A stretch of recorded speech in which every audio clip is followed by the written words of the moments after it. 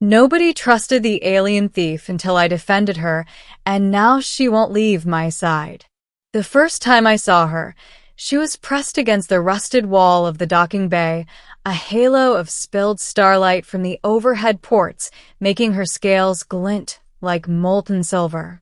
Her hands were cuffed behind her back, thin, clawed fingers twitching like she was already mapping her escape. The station guards had found her rifling through the cargo holds again. Another thief, one of the guards spat. Another parasite. I didn't know why I stopped walking. The whole station had been buzzing for weeks about a mysterious alien stealing food and parts from ships docked at Orbital 6. Everyone painted her as a scavenger, dangerous, untrustworthy. But standing there, she didn't look dangerous. She looked small, hungry, afraid. "Please," she whispered to the guards, voice rasping like a breeze through shattered glass. "Please, not the pits." The guards laughed. "That's exactly where you're going." The pits. I'd only seen them once, an open cargo hold turned prison for those too poor to bribe the station master. No food, no medical care, no sunlight. Just the dark. Something in me snapped. Maybe it was because I'd been on this station too long, watching people suffer for the crime of being born somewhere else. Maybe it was because her eyes, pale violet, huge and liquid, looked at me when no one else would. "Wait," I said. The guards turned. "Move along, mechanic," one barked. "I'll take responsibility for her," I heard myself say. A pause. The taller guard snorted. "You? For this?" "She's just stealing food," I said. "She's not hurting anyone. Let me pay her debt." They exchanged glances. Everyone knew me here. Kai Merrick, the guy who could coax a dead hyperdrive back to life with a wrench and some tape. The guy who kept ships moving. They didn't want to lose my goodwill. "Fine," the taller one said at last, shoving her toward me. "But she's yours now. One slip, and she's back in the pits with you." She stumbled into my arms, weight light as a shadow. The cuffs bit my palms. I should have walked away right then. But I didn't. My workshop was a cramped alcove at the edge of the lower decks, smelling of engine oil and cold metal. I unlocked her cuffs and set out some water and nutrient bars. She stared at them like they might be poisoned. "You're safe here," I said quietly. She didn't move. "I'm Kai." Her jaw tightened. "Cyril," she murmured at last, voice like wind chimes in a storm. "Why are you stealing?" I asked. "Because your people made it illegal to exist without credits," she snapped, eyes flashing. Then softer. "Because I'm hungry."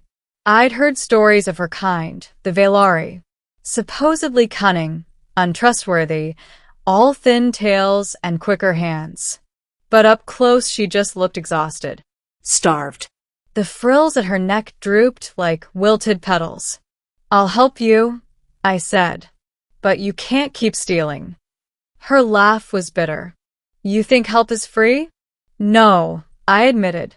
"But I don't want anything from you." Her eyes narrowed like she didn't believe me.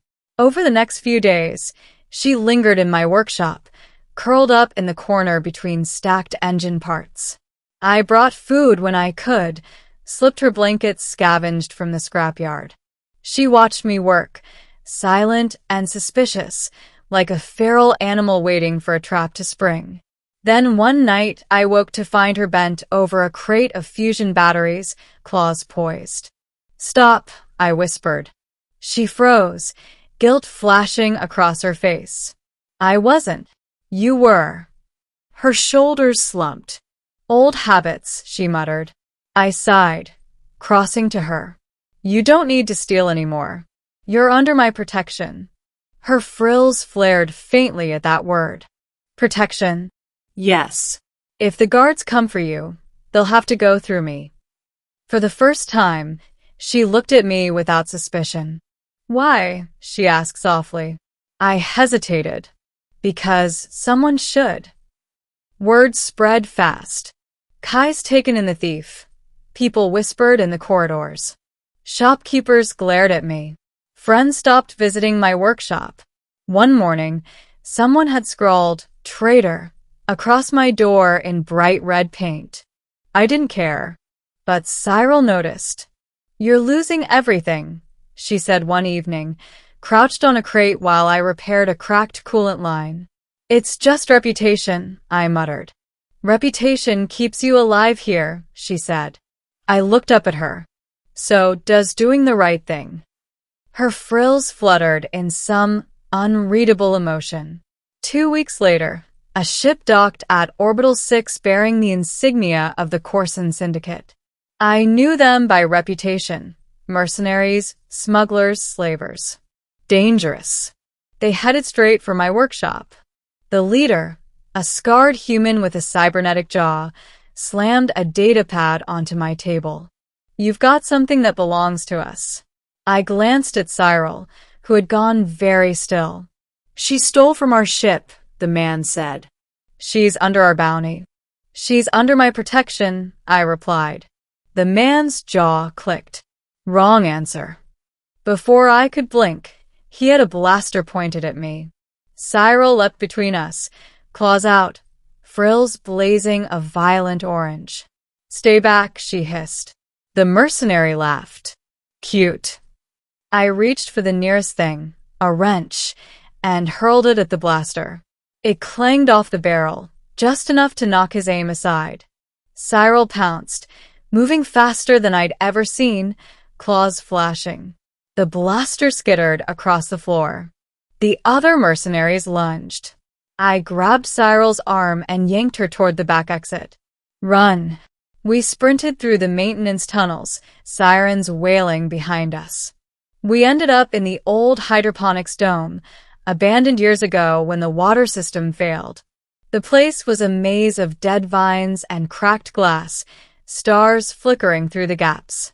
Cyril collapsed against a pillar, gasping. "They'll keep coming," she said. "They never forget." I knelt beside her. "Then we'll fight." Her eyes widened. "Why are you doing this?" "You barely know me." "Because I do know you," I said. "You're not a thief. You're someone who is left with no choice." She stared at me, trembling. No one's ever said that to me. I reached out, hesitated, then touched her frill. It was softer than it looked. She shuddered but didn't pull away. "You're not alone anymore," I said. Something in her broke then. She pressed her forehead to mine, an alien gesture, intimate and strange. We stayed hidden for 2 days while I rigged old security drones into traps. When the mercenaries found us, the dome erupted with stun blasts and collapsing scaffolds. In the chaos, Cyril darted like a living blade, disabling weapons while I triggered the lockdown doors. At last, only the leader remained. He lunged at Cyril with a vibra knife. "Mine," he snarled. I stepped between them without thinking. The blade slashed across my arm. Pain flared, white-hot. Cyril screamed, a sound that shook the glass panels, and launched herself at him. When it was over, he lay unconscious, bound in fallen vines. She turned to me, trembling. "You're hurt."